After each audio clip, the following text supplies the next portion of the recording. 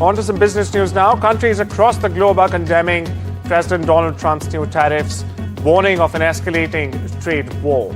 The 10% baseline tariff on all imports is expected to drive up prices for American consumers, with high-end iPhones potentially costing $2,300 if Apple passes the costs along.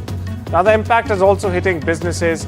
Automaker Stellantis is laying off US workers and closing plants in Canada and Mexico, while General Motors, or GM, has announced that it will increase US production to counter these effects.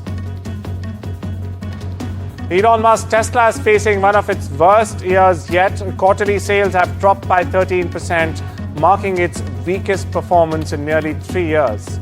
Tesla stock has plummeted 45%, and analysts at Deutsche Bank predict a further 5% decline in 2025.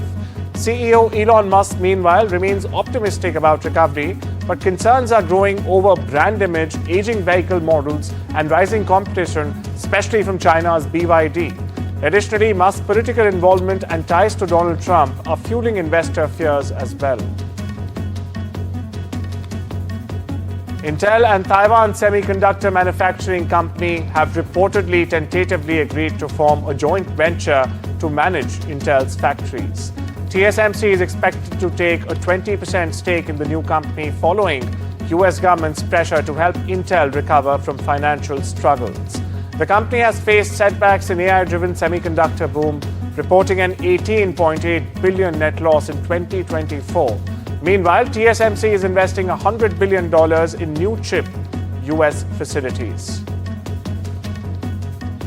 Auto giant Nissan has announced it will stop taking US orders for two Mexican-built Infiniti SUVs, QX50 and the QX55. Now, this move or development comes following President Donald Trump's new 25% auto tariffs. The move signals a major shift in Nissan's operations as the Japanese automaker has been struggling in the US market.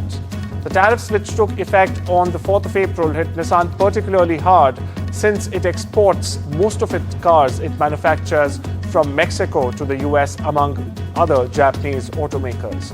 Meanwhile, the company is also scaling back production shifts at its Tennessee plant.